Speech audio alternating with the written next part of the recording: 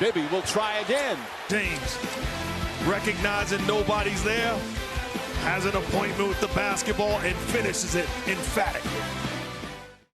With the NBA back, a lot of games going on, but of course it's the big games that we really enjoy. In fact, we do enjoy some of the regular games, but of course the big games, the heavyweights. In fact, when the big teams meet up, we get playoff atmosphere, we get all those vibes and everything. On this episode of the Putback Show, it will be a big game preview where the Eastern Conference heavyweights meet up in the TD Garden. My name is Slama. I'll be doing this with Teddy today, and a lot of excitement in the air for this one. Of course, I said earlier that the Eastern Conference heavyweights are potentially an Eastern Conference final matchup where we see the both greens, the Celtics taking on the Bucks in this one. Of course, the Celtics being number one in the East currently, and the Bucks lurking around, really wanted to take that number one spot, and they both caught fire at the right moment. They'll be taking on each other in a tightly contested game. Exactly, we expect it to be a tightly contested game. But Eddie, where do you think the game will be won and lost?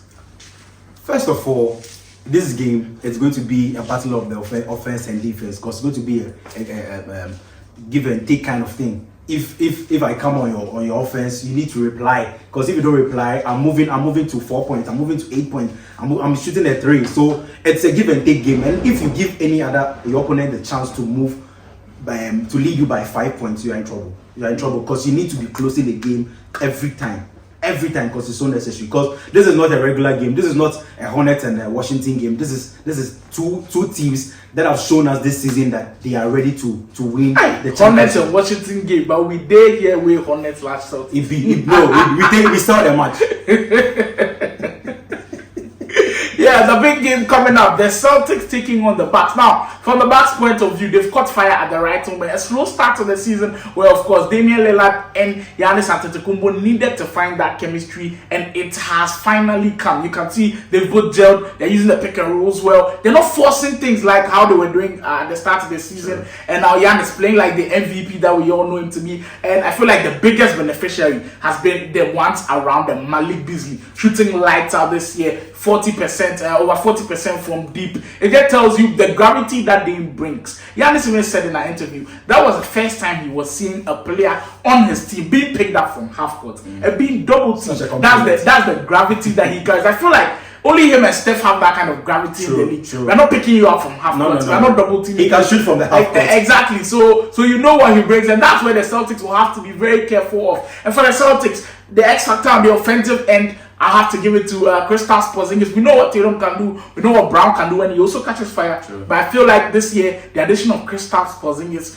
makes them different from all other teams. Amazing. We know what the Bucks can do on defense when great rim protection in Lopez and Giannis, but they've lost something on the perimeter defense. Losing Drew Holiday, losing Grayson Allen, of course, Jay Crowder going down with an injury. So it feels like if Porzingis can really make big shots and force Lopez out of the paint, it will be a good game for the Celtics. So a lot of X and O's working in there. But Teddy, I feel like in this game, the Celtics have a huge dilemma where it's up to Joe Mazzulla to say, okay, I know that White has been playing well, but maybe, even if he starts, I'll give more minutes to Al Horford because of the size that the Bucks come with. For me personally, I want Al Horford to start this game, because this season, if you study the Bucks game, you realize Lopez has been in the drop. That means he's been in the paint more, and with Giannis helping him, that means there's going to be more rebounds on the defensive side. And if you watch the Celtics game this season, we are shooting more from the 3-point line. And if that's, and even Porzingis is also spreading the floor. And if he's doing that, that means when we shoot, there's no one catching rebounds for us. And we know we need someone to be in the paint to catch rebounds for us to have second chance opportunities, because it's so important. Sometimes you can see players shoot a 3, it doesn't work. His teammate catches the ball, sends it back to him or to another shooter, and then it's lights out. It's so important. And then this season, we've seen the Celtics shooting more 3s. I need them to keep doing that. Keep shooting the 3s. Keep shooting, because if you have two twin towers in Giannis and then in Lopez in the paint, it's going to be so hard to get to the rim to score an easy 2. You need to be shooting more.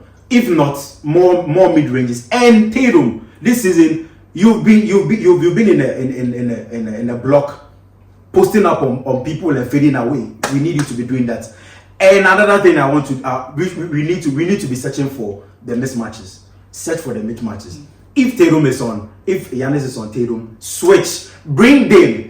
Where is Dame? He has to have mismatches. Where is Dame? Where is Beasley? These are midgets. These are midgets. These are easy. They are easy matchups for Tatum Brown. Yeah. Easy matchup. So we need to hunt them. So our players need to switch exactly. Better switches to get the mismatches, and then it's going to be done. The mismatches might be very key. He spoke for the mismatches that benefit the Celtics, but think of the Bucks. The mismatches on their end, because Giannis, almost everybody is a mismatch for him. Al Horford, we know he's done a good job on Giannis before, but he's old now. Can Porzingis do a better job on Giannis? I don't think he's there physically. And if those two can't do a job on Giannis, then who can? Because Tatum doesn't have the size. At all. Holiday can't do that. No. Brown can't do that. And it might be lights out for Giannis on that end. So a lot of things to watch in this Bucks Celtics game. I'm expecting a lot from Damian Lillard. I feel like he has a point to prove. And for Drew Holiday as well, you have to tell your own the prodigal son. Exactly. You have to tell your own team you were not right for trading me. And you have a big point. Very true. And the Bucks have been running this high chase action. It looks like a pick and roll. That it helps Dame to get on his right to be able to shoot very efficiently. So when they are running that play, I need the primary defender to break the screen, go under, go behind. You can fly over. We don't care. Just push Dame to his left, because statistics wise, when he drives to his left, he's not able to shoot well. So please do that for us. If Drew is going to do that, fine. If White, fine. Any primary defender on Dame and there's a screen trying to do the high chase pick and roll type thing, just try your best to push him to his left, and it's going to help, because when he catches fire, that's the end of the game. And sometimes in these games, it feels like all the attention is on the big boys, the likes of Tatum, Brown, Holiday, Dave, Giannis, Lopez. But sometimes it can be won by the role players. If Malik Beasley shoots lighter, in fact in that Hornets game he didn't shoot as well. In the Pistons game he didn't shoot as well as he's been doing all season. But if they kick the ball out to him and he keeps making those threes, they're in trouble. For the Celtics, I feel like one of the role players who deserves some really big recognition this year has to be Hauser. Luke Cornett has been very good as well. They're quite my favorite player of the season. It's no wonder that D'Angelo Russell said he wants to play like Derek White on the offensive end, on the defensive end. He brings it every single night for the Boston Celtics. So a lot of things can happen in that game. I'm expecting it to be a very close one. Hopefully it's not a blowout in that one. I hope you also enjoy it too. And you see, this game, if you're going to win, Tatum must be clutch. Tatum be clutch for us. That's if there are any. That's if there's it's a battle of two big teams, so it's going to be a close game. Obviously, if it becomes a blowout, please just turn off your phone or turn off your TV and just stop watching. In the game against the Hornets yesterday, in the clutch, Tatum had the shot and then he passed the ball to Sam Hauser, which I didn't like. Because in this moment, that was Sam Hauser open. He was open. In this moment, this is why we needed closers. And Tatum, this season, you showed us that you can be our closer. You can be our guy in the clutch moment. When it gets to that point, we need you to shoot. Just like Devin Booker, if it's 3, 4, 500 players, he will shoot over them. Do it for us. Even if it's sports, my take from that is going to be that fear factor of who is guarding me is going to go. Look at DeRozan. He doesn't care if you're 100 feet tall. He's going to shoot on you in the clutch. That's what we need from Tatum. Please do that for us. Speaking of closers, well, the Bucks have 2 elite closers on their team. If Giannis can't close with a bag or maybe a perimeter shot, they obviously can. One of the best closers in the league. And don't forget Chris Middleton. He's also there lurking around. So a very big game comes up. The battle of the heavyweights in the East. One last thing.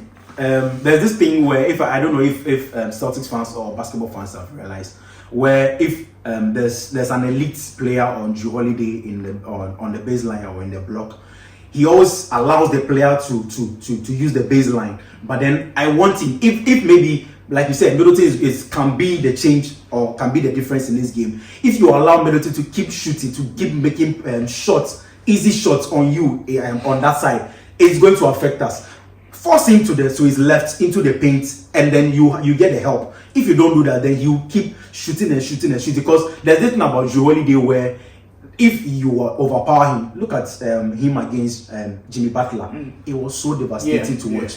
Butler kept going to the right, picking the spot, going to his right, picking the spot, and Joel they couldn't do anything. If he allowed Meditate to do that, it's going to really worry us. It's going to really worry us.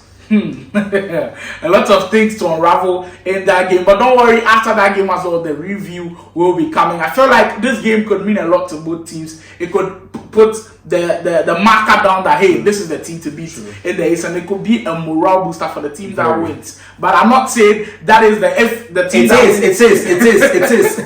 I'm not saying if that team wins, they're going to make it to the NBA Finals, but we'll see what happens. These are the two teams that will tip in the East, and they will be going for battle at the TD Garden. The Celtics look like they have the advantage because they're playing at home, but don't count out the Bucks yet. The Putback show doing the preview on this one. Don't worry, if you are not able to catch the game, the review will be on here. Let me know in the comment section who you are tipping to win this one. Obviously, Teddy will be going for his Boston Celtics. Everyone thinks their manners food is nice. Well, I'll go for Milwaukee on this one. I feel like Dame and Giannis are currently unstoppable at this moment, and Tatum and Co will have a very torrid time going up against them. Let me know what you think in the comment section. That's how we draw the curtains on this one. Until next time, you see us on your screens. The Putback team is out.